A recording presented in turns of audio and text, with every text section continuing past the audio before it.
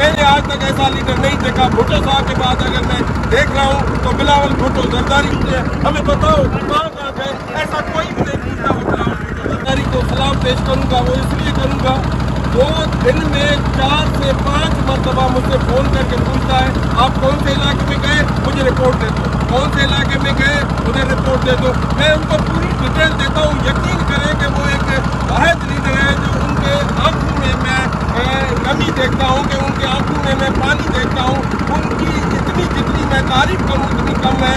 मैं पूरी बैतूल मैंने विजिट किए, जहाँ जहाँ ऐसे लोग इंसान नहीं पहुँच सकती मैं उधर भी पहुँचा। हमने रेस्क्यू कर लिया है, बाकी 20% हम बचते हैं। मेरी सब दोस्तों को अपील है जो अपने आप को समझते हैं कि हमारे पास कुछ है, आए निकले, गरीबों की